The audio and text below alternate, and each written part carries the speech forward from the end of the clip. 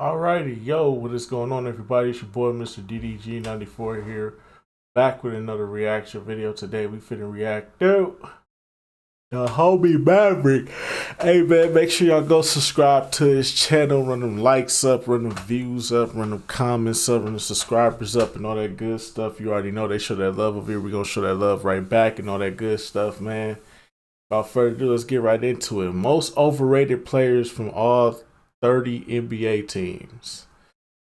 Let's see here. Most overrated, off rip, Bronny and LeBron for the Lakers for sure.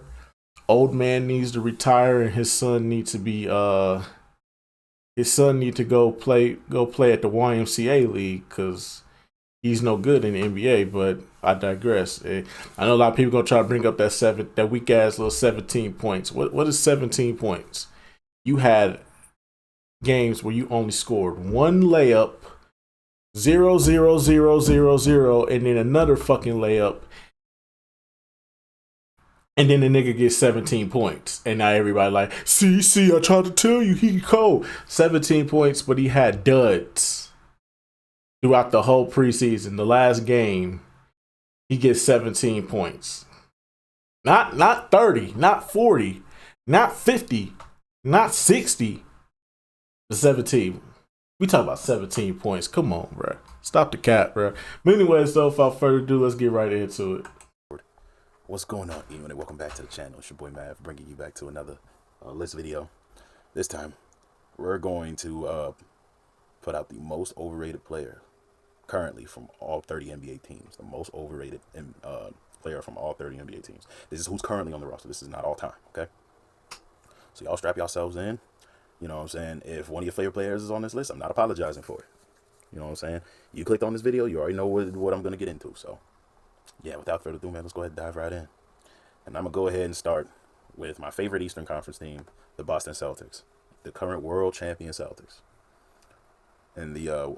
Fuck the Celtics. Fuck the goddamn Celtics. Fuck these niggas, man. In Jesus' name, fuck this nigga. Most overrated player, I'm going to be honest, is Jaylen Brown. Here's why. Wait, what?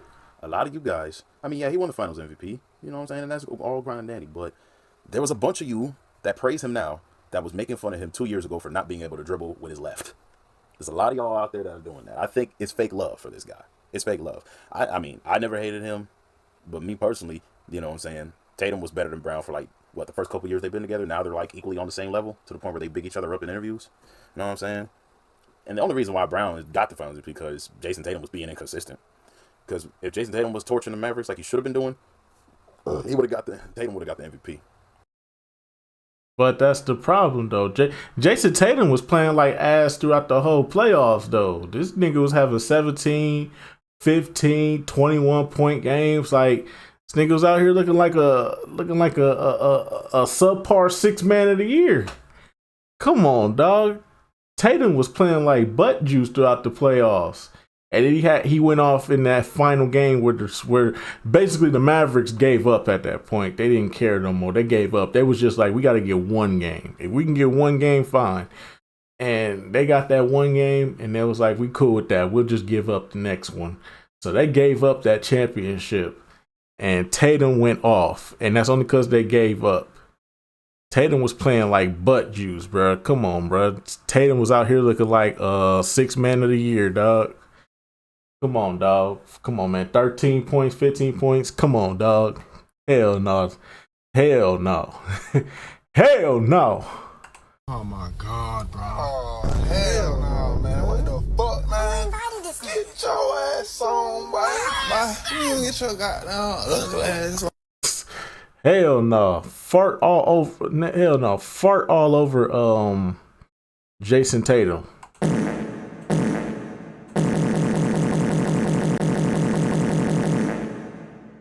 Fart all over Jason Tatum. He's playing like butt juice.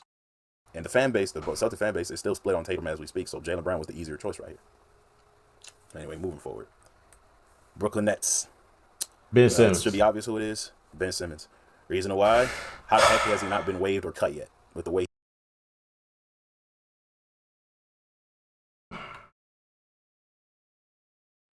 In Jesus' name, fuck this nigga.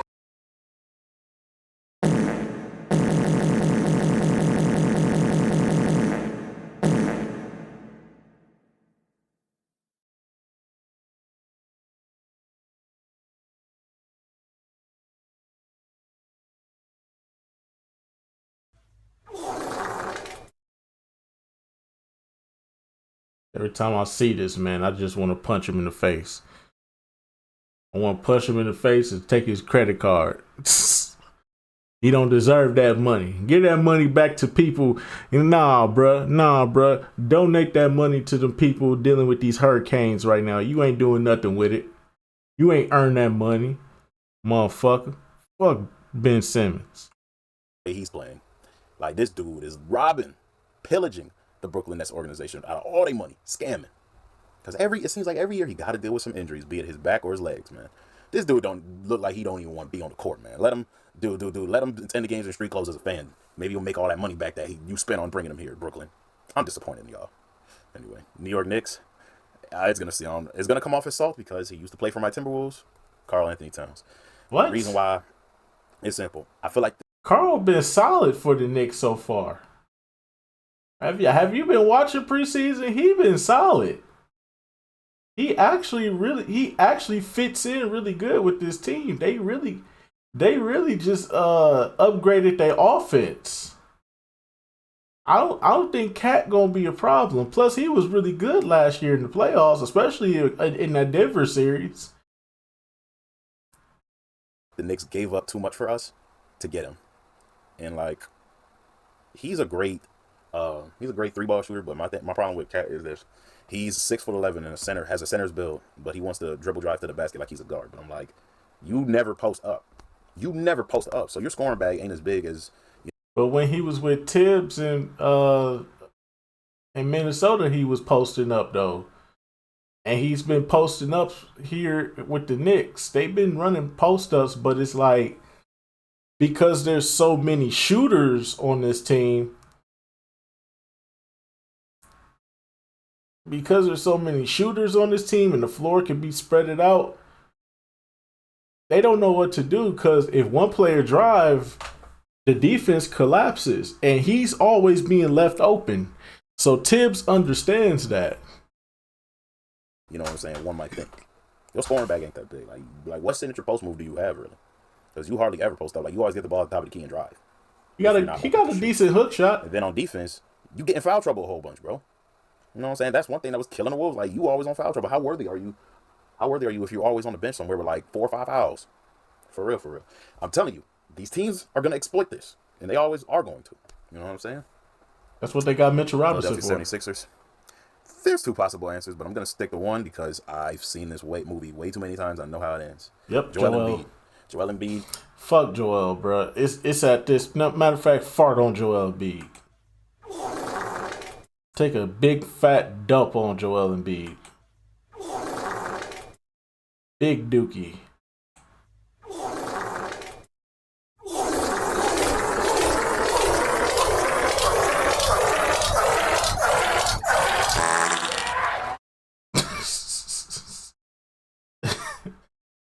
Big fat dookie on Joel Embiid. How is this man an MVP and he can't even play in the league? This nigga, man, fuck Joel Embiid, dog. In Jesus' name, fuck this nigga. If the Olympics taught us anything, don't trust this nigga. Fuck Joel Embiid. Is a process that I do not have trust or belief in. He'll be great during the regular season. He'll get you a regular season MVP. No, it can't even be regular season now because now he not playing back-to-backs no more. So now this really puts Philadelphia in a predicament because now him not playing back-to-backs is going to cost them so many fucking games because the continuity is not going to be there. Paul George is not trustworthy. He's already injured. He's already injured in the most zestiest way. This nigga got injured in the most zestiest way. Why are you gay? Who says I'm gay? You are gay. This nigga Paul George already injured, bro. It's a wrap. Tyrese Maxey is on his own. Hey, Philly is a playing team this year. And Joel Embiid not playing back to backs. You can't trust you can't trust Paul George down the stretch. Tyrese Maxey gonna be by himself. This is a playing team this year. I see them as a 7th or 8th seed for the majority of the season, and they're gonna be a playing team, and that's gonna be tough. That's gonna be tough. But when it comes to the playoffs, man, he turns into either street clothes or a ghost of what he once was in the regular season. Like, what is he playing for? Is he playing for a championship, or he's just here to buff his stats? You know what I'm saying? And then, like, he's also very injury prone, and he flops all the time. How is he one of the best players in the NBA when he's out here, you know what I'm saying, hardly being able to maintain himself in the middle of games? Didn't he also say he wasn't going to play back-to-back games no more in fear of that, man? He's soft in the heart. He's soft in the heart. Paul George is, too, especially because I think he wiped up a stripper. But, yeah, man.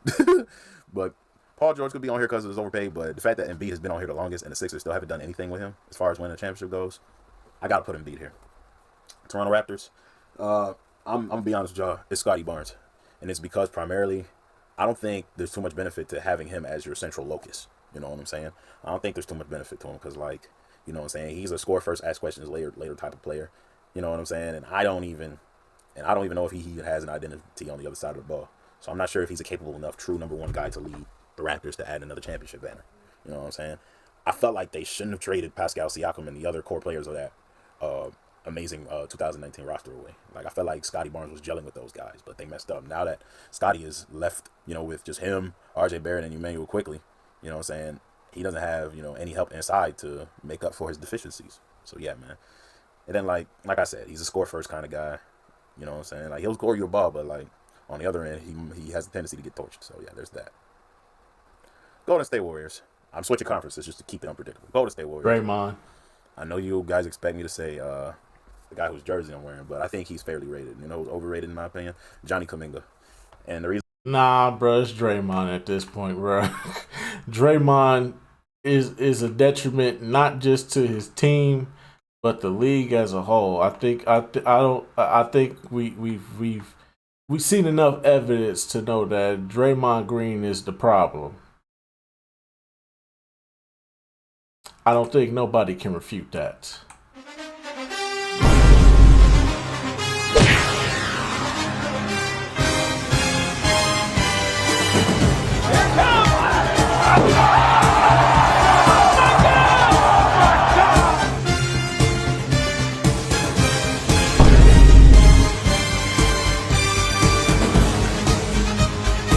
Watch out, watch out, watch out, watch out!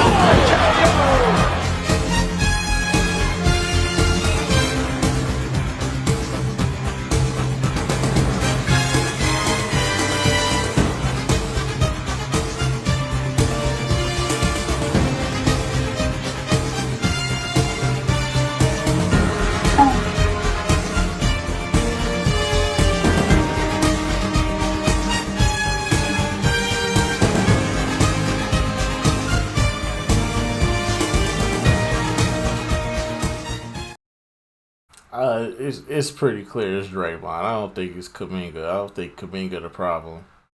I think it's Draymond. Draymond is the biggest detriment to this team. Technical fouls. He always yelling at the refs. He always getting into it with other players. He always doing shit. He cost the team, bro. He cost them the NBA Finals back in 2016. If he didn't try to slap LeBron in the nuts like a fucking idiot, then maybe they still win that series. But Draymond is the biggest detriment. He's always been the biggest detriment. He the reason why KD left. He the reason why Jordan Poole got traded. Dog. Draymond has always been the problem. When something's going good for the Warriors, Draymond has always been the one to fuck it up. And realistically, it's the Warriors franchise as a whole because they never hold him accountable for any of the things that he does. The reason why is, like, Every time I watch him play on one of the primetime networks, be it ESPN or TNT, they will glaze him on his defense. You know what I'm saying?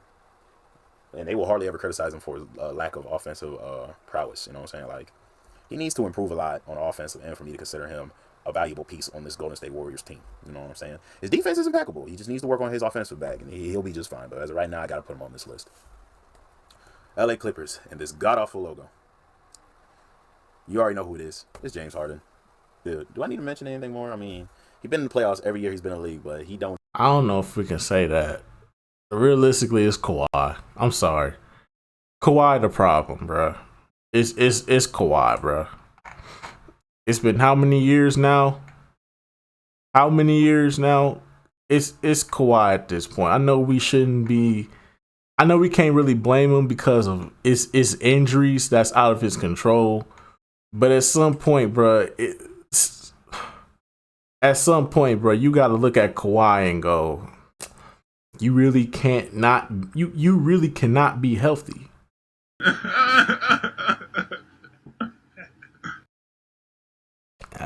It don't make sense at this point.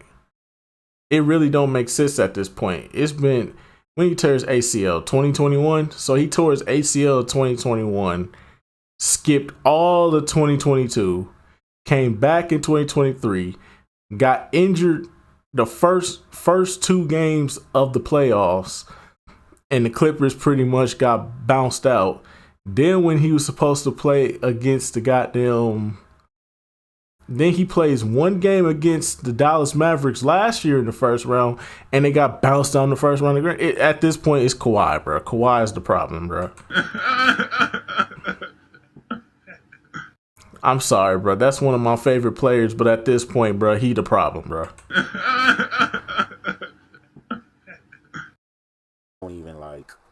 He don't even show up when it's time for him to show up. Thunder series, he was a non-factor.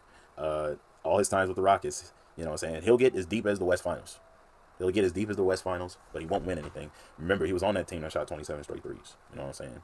He got dusted by the Lakers in the bubble. And then, like, I want to say the last 2 times he entered this playoffs with these Clippers, it's been first round exit after first round exit for him. And now he's and he's loyal to a fault too. You know what I'm saying? He's loyal to a fault too. Like, he's only as loyal as how much money that you guys are getting, are going to give him. You know what I'm saying?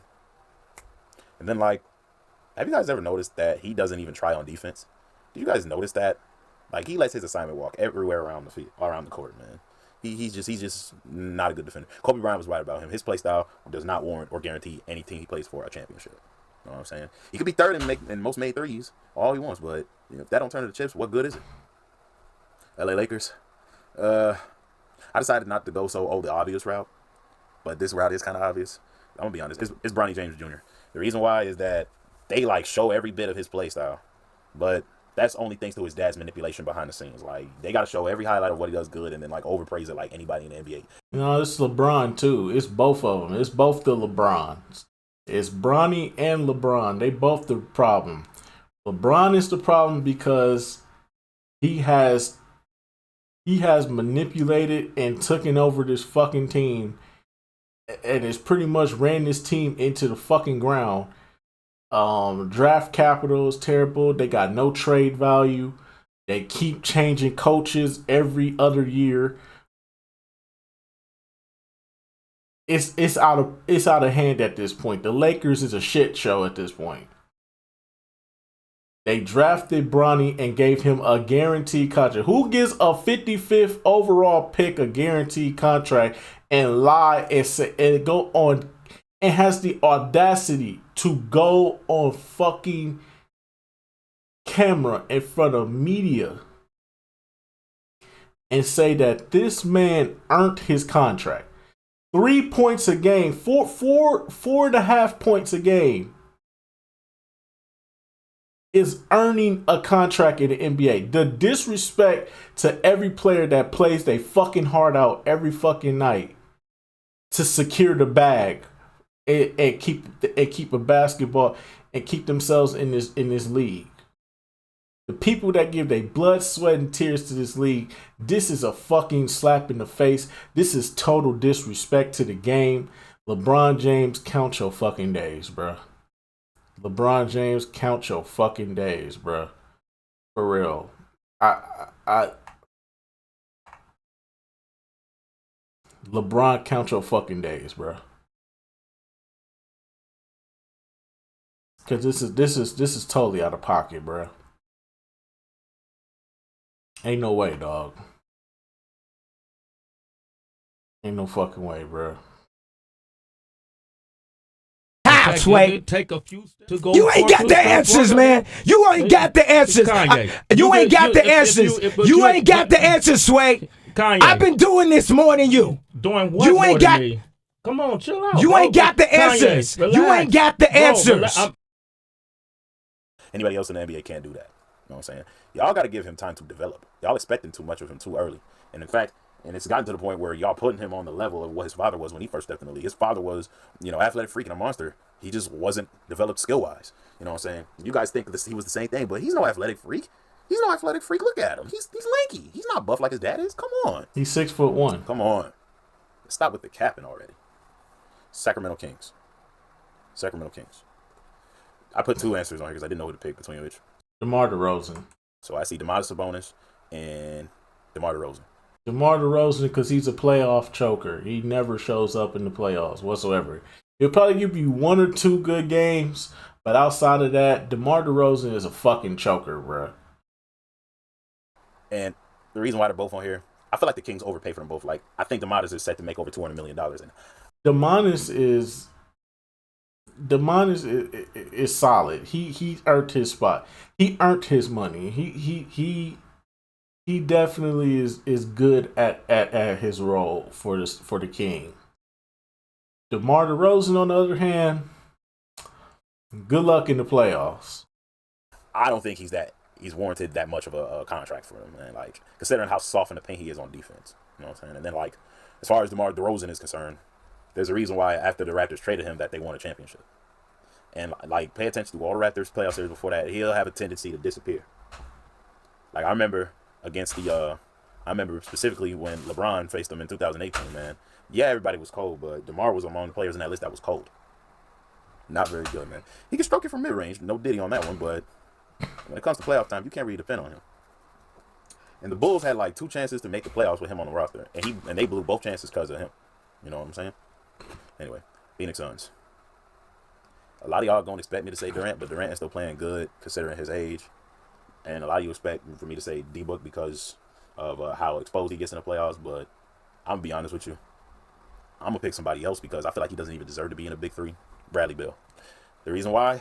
This dude, I don't know how many times he has to run his mouth about his skill. Regardless of what team he plays for, he overrates his own abilities, man. Like, I swear to goodness. He got in the playoffs last year talking about, I've never been swept before. And guess what? It happened. You know why? Number 1, you're a liability on defense. Number 2, you was throwing up a brick house throughout the whole series. Plus, he's not trustworthy. He's not trustworthy during the season. He has a high tendency to get injured. He's not very trustworthy during the season. Like, probably in his younger days with John Wall, he was more trustworthy because he was taking care of his body a lot more. But as he's gotten older, his body is not holding up. So, therefore, you can't trust him in the regular season. Throwing up a brick house. Durant and Booker couldn't bail you out, my boy. John Wall wasn't even in the backcourt to save you. And that's partially on the Suns' fault for not even having a true point guard on their team, thinking Grayson Allen was the answer. But nonetheless, Bradley, you not that guy, bro. I'm sorry, you are not that guy. Chicago Bulls, easily, Josh Giddey. Reason why? They gave up their best defender to go get this guy.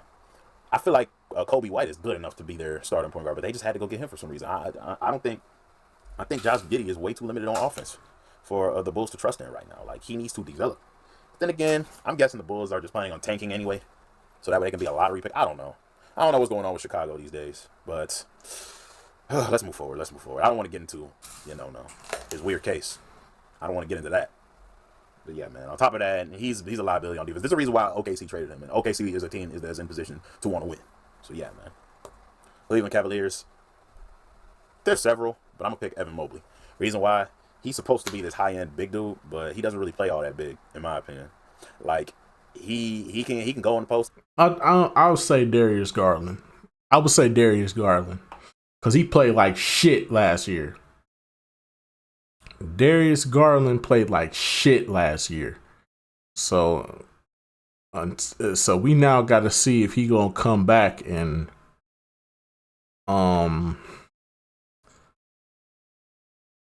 do better than what he did last year. Cause last year he played like hot fucking garbage, bro.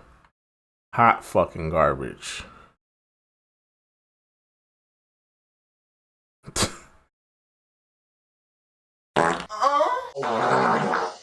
That's what Darius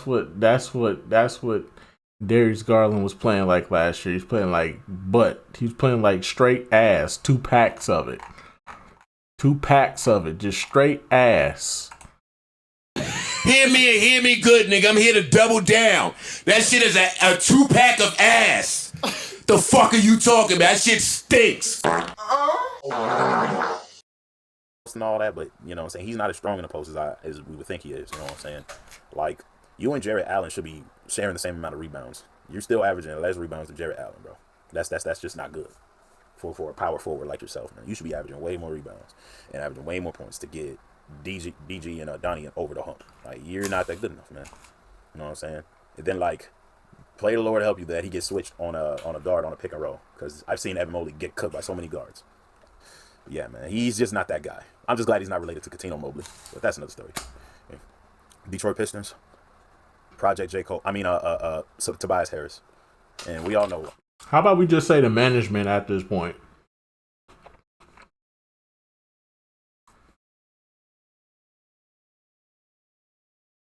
I think at this point, it's not even the players no more. It's management. Let's not even say overrated players. Let's just blame this whole organization on the management, bro. Because this is out of pocket, bro. How long they been going, bro?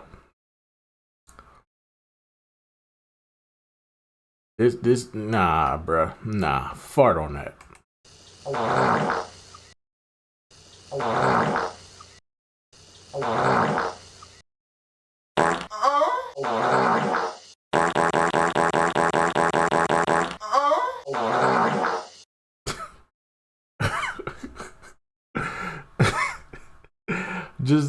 just let's just put this on management, bro. They have been doing a terrible job with the Detroit Pistons all these years. Damn near lost 30 games last year, so there's that.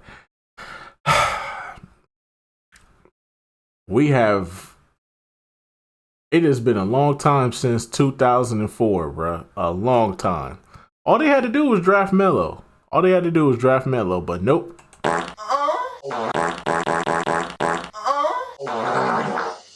All you had to do was draft Melo, and y'all would have had a player that would have lasted on your team for as long as y'all would have paid him. Oh my God, man. Detroit, y'all fucked up. Why? We all know why. They handed them way too much money. He's not worth this contract, especially with the disappearing acts he be doing in the playoffs. He just like his old teammates in the 76ers. He's a choker too.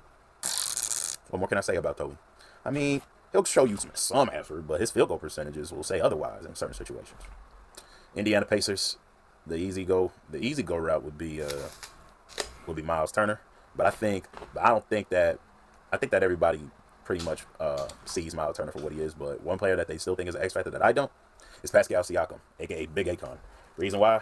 He has yet to be back to that 2019 Finals form. I haven't seen that from him. I have not yet seen that from him. If Pascal Siakam is really that X factor, he would have gotten the game against the Boston Celtics without Ty Halliburton. But he ain't that guy no more. I'm sorry, he ain't that guy. 1 to 2 year wonder. One more can I say? It's Pascal Siakam, bro. It's Pascal Siakam, bro. Like, do you really trust him to really lead a team? Like, he's a great piece to help you win, but like being a number one guy when your other number one guy is down, I don't trust it. Just saying. Anyway. He wasn't the number one guy when Kawhi was there. He wasn't the guy after he left either. The real star of that team was Fred Van Vliet, but he went to Houston. He was the real star of the team after Kawhi left. People don't talk about him, though. Now he in Houston. Milwaukee Bucks. I got to watch myself here because I know a certain Bucks fan might be watching this video. You know I I am. love him to death. Y'all go subscribe to Mr. DDG94 real quick. But nah, man, I gotta watch my mouth because this is his favorite sports team. You know what I'm saying? But if I had to, If it ain't who I think, if it is who you say it is, then I agree with you because I got a couple people on this team. I'm looking at Doc Rivers right now, but pick somebody to get all the smoke from me, it's got to be Damian Lillard. I'm sorry, I like him so much, but I wouldn't say he's the most overrated on here though. I mean, the first preseason game, he come out with 17. He come out with 17 points in 7 minutes. I don't think that's overrated, bro. I don't think that's overrated. I think he wasn't focused last year. He was going through a lot last year, so we'll give him a pass for last year because he was going through a lot. He was going through a divorce. His kids got left behind in Portland. He was going through a lot last year, so we'll give him a pass. But this year, ain't no excuses. But my problem with him is that y'all gave up the wrong dude to get him. Y'all gave him Drew to get him, and then he also got hurt at the most inopportune time. And he talks all about Dame time. You know what I'm saying? But Dame time is like real time. It's finite and it runs out. I'm sorry, guys. I'm sorry. I just don't trust Damian Lillard like I used to anymore. You know what I'm saying? He'll get you some clutch shots in a regular season, but like game on the line in the playoffs, sometimes Dame time don't show up. I'm sorry. Sometimes Dame time runs out. You know what I'm saying? I trust the ball in Giannis' hands more than I've trusted in Damian's hands. But yeah, man. That's the problem. We didn't have Giannis last year. We lost Giannis before the playoffs even began. On Damian. Denver Nuggets. It was a hard decision, so I decided to put 2 players here. Jamal Murray and Michael Porter Jr. Reason why for Jamal Murray, he will be praised for reaching a high-end point amount, but a low field goal percentage. He will get overglazed for that. And then Michael Porter Jr., he's like a taller version of Kevin Martin, minus the ugly jump shot. The reason why I say that is Kevin Martin, whenever he would start the game hot, he would finish the game hot. But if Kevin Martin ever got cold, he would remain cold that entire game. Michael Porter. That's actually a fair comparison. Kevin Martin comparing him with Michael Porter. That actually make a lot of sense. Now that I think about that make a lot of fucking sense. This nigga is a taller, more athletic version of Kevin Martin. Most definitely Michael Porter Jr. is. If he hot, he hot, but when he cold, goddamn. Goddamn, cue the fart noises. Fart all over this man. Jr. definitely has done that before. You know what I'm saying? And then, the Timberwolves exposed these two as frauds last year in the playoffs. I'm sorry. They exposed these two as frauds. Especially Jamal Murray when he threw out the doggone towel in the middle of the court. That should have been an unsportsmanlike conduct technical foul. I don't know how they did not call that. And then not to mention, both of them are soft as hell on defense. Soft. Jamal Murray couldn't even stop Mike Conley from busting threes in his face. No did he. And then MPJ, he couldn't do nothing against J-Mac or Nas Reed. You know what I'm saying? And even when he got switched on to Cat, he still couldn't do nothing against them. Nikola is going to have to demand way more effort from them because he can't carry this team by himself. He cannot. And they just lost Kentavious, so their chances of going back to the finals don't look so hot right now. Nah, now with Cat going to New York, the door has reopened for them. And Russ is actually looking pretty promising on this team as a 6-man. Anyway, Utah Jazz. The Utah Jazz. Let's just say the whole organization as a whole is the reason. We can just say the organization as a whole is the reason. If I had to pick somebody, it's John Collins. Reason why? Let's just fart on the whole organization. The Jazz gave up so much to get this guy, only to put him on the trade block again. He's overrated primarily because people look at him and still think about that amazing 2021 playoff run that him and Trae Young had on the Hawks, where he was, still putting up great numbers, but ignoring the fact that he hasn't even gotten close to that being that version. You know what I'm saying? He hasn't been that guy since Anthony Edwards did that disrespectful dunk on him. You know what I'm saying? So yeah, man, I'm not gonna waste no more time on him. He's gonna get traded, so moving on right along. Speaking of Edwards, my Minnesota Timberwolves. Edwards is not gonna be on this list. I think he's the best player on the team. But if I had to pick somebody from the Timberwolves to be most overrated, it's Julius Randle. And the reason why, like I said, it's the injuries, bro. It's the injuries. That and his tendency to not be very good in the playoffs. I've seen it. And I feel like if Julius is able to accept the fact that he's not the main part of the core, and if he could just take a backseat role to the main big three, which is J-Mac, Ant, and Nas, and then in the future it'll be Rob Dillingham. If he could just accept the fact that he's not that guy, I think we'll be fine. To be fair, I don't think he's gonna be on the team for the remainder of the season. I think as long as he playing good and he stay injury free, the Minnesota Timberwolves can make a move for him. Don't know who they're gonna trade him for, but they can definitely make a move for him. Because they stuck with him for right now because I believe, you can't trade after you trade for a player. You can't trade him you can't trade him for like 45 days. So you can't trade a player after you traded for him. So since they traded for him, yeah. They stuck with Julius Randle for about basically until December. So when December come around, don't be surprised if you see Julius Randle getting shipped somewhere else. Because Julius does good when you're not dependent on him to, win games for you. Like the Knicks depended on him too heavily. I think he'll fit in just fine. But as of right now, if we're gonna depend on him instead of Edwards to get us over the hump, I don't think it's gonna work out. I still think we're gonna be in the playoffs for sure though. But and then we have to also think about if he's gonna be available or not. Because like I said, this dude is one of the most injury prone players I've ever seen grace the NBA, hands down. That's why I don't trust him. OKC Thunder, real easy. Luguntz Dort. The reason why, everybody still likes to bring up his heroics in the bubble. And everybody talks about his effort. You know what I'm saying? But sometimes effort don't help you shoot a better percentage from the field of three, doesn't it? No. He's solid, though. And he improved his three-pointer, actually. He improved his three-pointer. He good now. He got his jump shot down. His defense is still top-notch. Hey, him and Caruso gonna be a fucking problem. Just wait. They got a lineup with him and Caruso. Oh, my God. That's gonna be a problem. I wouldn't be surprised if OKC is the top seed in the West again. I would not be surprised. Because him and Caruso going to definitely be a problem. I'm saying, I'll give Lou Dort some credit though. He played good D, but he's just inconsistent as hell on offense.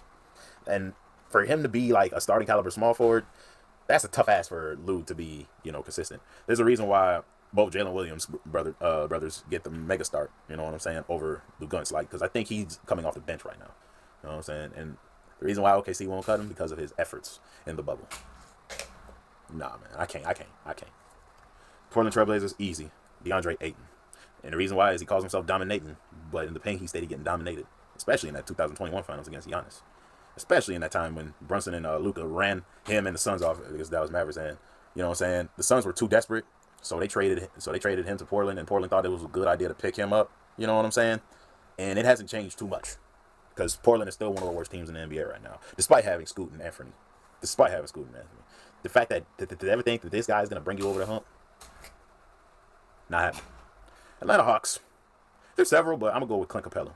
The reason why, he's not that same dominant double-double machine he was when he was with Houston. I am sorry. He's not that same person anymore. You know what I mean? And on top of that, he's very limited offensively. You know what I'm saying? I think the Hawks need to invest in better paint prospects than Clint right now, because he's going to get on the been fucking around with them hoes in Atlanta. That's why. You been fucking with them broads in Atlanta. Credit cards and skins. You been fucking around with them in Atlanta, bro. And got too comfortable. See, down there in Houston, there was just the strip clubs and stuff like that. In Atlanta, the hoes is everywhere. So he didn't got too comfortable.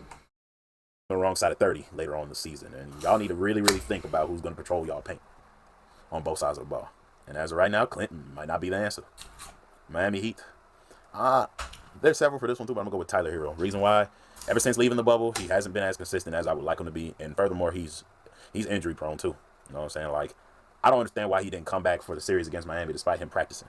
Not the series against Miami, the series against Denver in the finals despite him still practicing. He said he was afraid of blowing off the chemistry, but I'm you would have been just fine coming in there and putting up extra points. You're one of the best scorers Miami has. They need you when you're on fire. Because there'll be some games where Hero just don't show up. You know what I'm saying? But yeah, man. Hero, just like I said about Luguntz Dort, only remember because of his heroics in the bubble. Charlotte Hornets, I'm going to go with Miles Bridges because he hasn't been the same Miles Bridges since he left. Ever since he left first left the Hornets to deal with his case, he hasn't gotten back to that same form. The fans begged him back for what? Charlotte is still trash, in my opinion. Still trash. If you've been watching my videos, y'all know that the most overrated player on here is number 12, but he got cut, so he got no. Let me stop, bro. Let me stop. Number 12 got cut, but I say it's LaMelo more than anything. LaMelo has been injury prone for the past couple of years. This team goes as far as LaMelo goes. If LaMelo is out there, the Charlotte Hornets are good, but if LaMelo is injured, the Charlotte Hornets are bad. The team goes as far as LaMelo can take them. Brandon Miller ain't there yet. But LaMelo, on the other hand, he can take them there. He's the primary scorer. He can get buckets. He's a great facilitator. You know what I'm saying? He's a 6'7", 6'8" point guard with a 3. But he's injury prone. He's been injured for way too long. He needs to get back out there on that court badly. Anyways, Orlando Magic, Cole Anthony, what other person would get this? If you say Paolo because of his first year in the league and first year in getting into the playoffs, I think you guys need to give him a little bit more leeway. But like my thing about Cole is that Cole Anthony is he's not, how can I put it? He's not the floor general that the Magic need. Like, I feel like he'd be playing the game for himself. Instead of the benefit for his teammates. You know what I'm saying? Like, look at this time he's doing in this picture. And another thing is, Orlando still has Markelle Fultz on the roster, I think. No, he's gone. Been outdoing you. Him and Jalen Suggs have been outdoing you in the backcourt, bro. Markelle Fultz is a free agent. Orlando has, Cole Anthony on the chopping block. Or at least they should. If they don't, it's a travesty. It's a travesty, bro. But yeah, man. Washington. Jordan Poole. It's easy because, number one, he is soft on defense. Number two, he only had one good year, and that was when Golden State won the title, and he still hasn't been the same since. Number three, he's only on fire when a baddie he likes is in the crowd, be it from Instagram or whatever. So yeah, his main motivation is the females, not the love of the game. Moving on to Memphis. It's real easy. It's Jaren Jackson Jr. And it's for the same reasons I put Cat on here. Great 3-and-D player. But the problem is teams will exploit you being able to get into foul trouble. You get into foul trouble a whole bunch. And teams will exploit that and play that to their advantage. You have been a liability instead of an asset. That's why they got Zach Edey, though. That's why they went and got Zach Edey, so he don't have to play the 5 no more. He can roll down to the 4 and play the 4 and the 3. So when the big forwards like LeBron try to drive it to the paint, he can guard them now.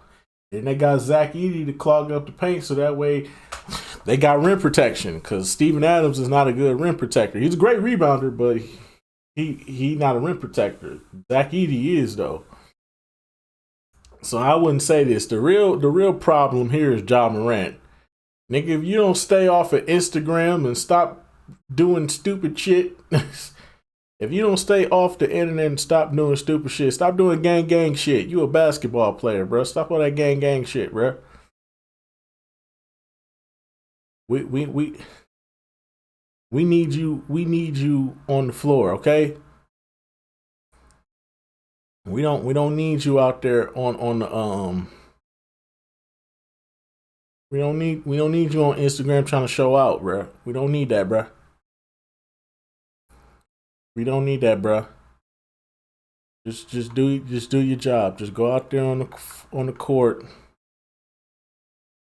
and do your damn job, please. When it comes to that, you know what I'm saying? And on top of that, man, your jump shot is way too inconsistent. Like, your inside scoring is consistent, but your jump shot, man, like, what's going on? Anyway, New Orleans Pels, the Pelicans. Zion. There's several for this one, but I'm gonna go with DeJounte Murray. And the reason why is that, for the same reason I put Cole Anthony on here, I feel like he be playing the game for himself. Like, he don't.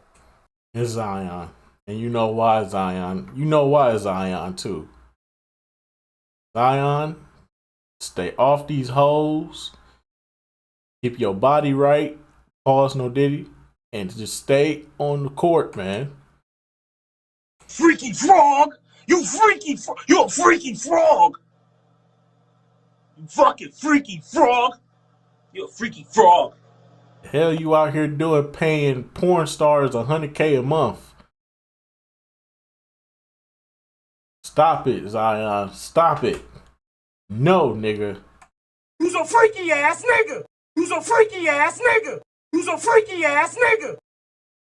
Nah, bro. Zion, stay your freaky ass off the OnlyFans, bro. You paying for bitches OnlyFans, bro, on some dummy shit, bro. Stop it.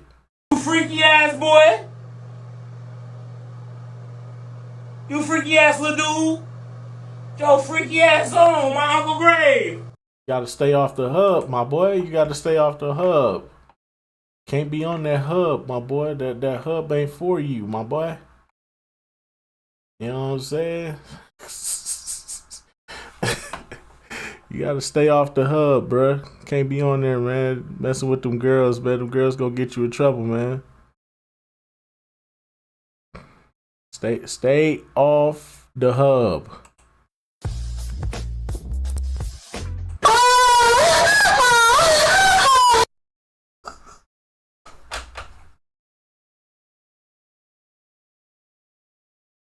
You's a freaky ass nigga. Stay off the hub. Go out for the benefit of his teammates. You've seen it with the Hawks. You've seen it with the Spurs. Like, he goes out for himself. Easily. You know what I'm saying? You could put Zion on here, but I'm giving him a break because he just lost all that weight. You know what I'm saying? And, like, Zion has an industry history for someone so young. So I'm still giving him time. And let me see. Who else is on this roster? I mean, you could say Brandon Ingram, but Brandon Ingram's been hurt too. But he's been capable of leading the Pels down the stretch a whole lot better. So, yeah, I'm going to get those guys passes. But DeJounte Murray, I'm not going to give him a pass. Like, he plays the game for himself. That's why he keeps losing. But, yeah, man. Dallas Mavericks, runner-up Mavericks. I know who y'all think I'm going to put on here, but I'm not going to. Because I'm actually going to pick Daniel Gafford. And the reason why is there was a lot of Mavericks fans after the series where they beat my Wolves that said that Daniel Gafford could take over as the starting center over Derek Lively, and I do not agree with that whatsoever. The reason why is Gafford is a limited scorer. You know what I'm saying? What jump shot does he have? Derek Lively at least has a touch. You know what I'm saying? From near the paint. You know what I'm saying? He doesn't have a three-ball quite yet, but that'll leave more to be desired. You know what I'm saying? And furthermore, I think him and Lively average the same amount of blocks, so it's a really easy decision who you should start. And Lively also averages more rebounds, so why would he get the start over Lively? That doesn't make sense. But yeah, man. I would put Klay Thompson up here, but I think everybody knows at this point that Klay Thompson is washed. Even the NBA media knows that, because when the ESPN announcers were calling some of the Golden State games, and when Klay Thompson would hit 2 shots in a row, they would be like, now there goes the Klay Thompson of old. See that? But they're not saying hardly, but they're glazing the fact that Daniel Gafford had a good series against the Timberwolves, but not against the Celtics the very next round. And there's a reason for that. Moving to the Houston Rockets, easy choice, Dillon Brooks. Reason why? I think he's overpaid, number one. Number two, his jump shot is very zesty. Number three, he talks a big game, and he doesn't always back it up. He overrates himself. That's why I put him here. Great defender. You gotta stop getting himself in trouble. He keep doing dumb shit. He basically just a light skinned Draymond. Like, let's just keep it real.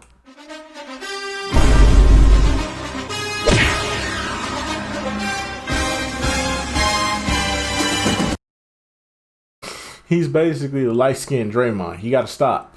You gotta stop doing that extra shit, bro. You gotta stop doing that, bro. But limited offensively. And lastly, the San Antonio Spurs, you already know. You already know who it is. It's Chris Paul. Yep. It's Chris Paul.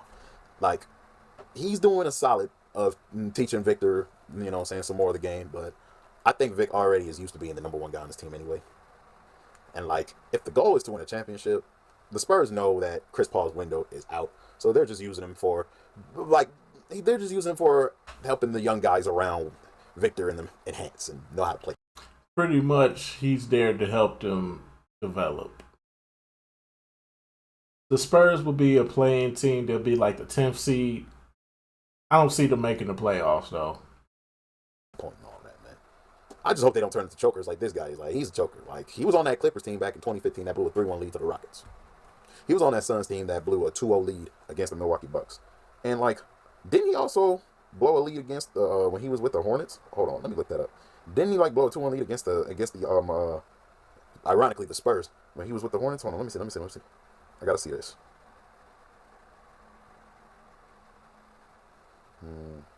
I think it was the other way around. I think the Spurs. Okay, it got past the Mavericks. I think the Spurs was up on him, and then he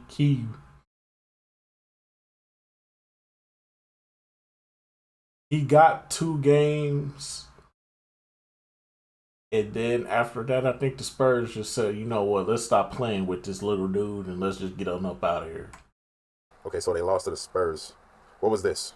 2008? Yeah, let me look it up again. I'm going to fact check myself. I want to say that in the West Finals, Chris Paul had a 2-1 lead against him. A 2-0 lead. Yep, it was a 2-0 lead, yeah. Oh, yeah, Chris 2-0? Paul had a 2-0 lead on the Hornets, too. So, yeah, man, if you're dependent upon Chris Paul to do anything for you, I'm sorry, he's not. He's not going to get you guys very far.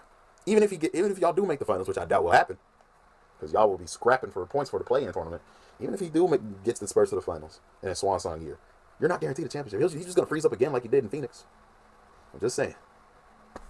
But, yeah, man. And me personally, I feel like Pop's window of coaching is about to close, too, because the way he runs a system, he's not adjusting well to the modern NBA. I'm sorry. But anyway. That's it for this video, though. If you guys enjoyed this video, don't forget to leave a like, comment, and subscribe. We on the road to 1.6K. Well, actually. Well, it is what it is. But anyways, though, that's just going to about do it for this one, man. Man, most definitely, man.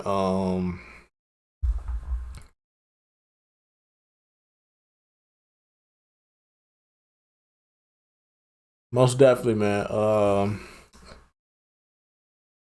This was a good one. Shout out to the homie Maverick, man. Make sure y'all go subscribe to his channel. Run them likes up and the views up and the comments up over there on his channel. You already know they show that love. Here we go, show that love right back. And yeah, man, that's just gonna about do it for this one. I will see you all in the next video. Till then, peace out.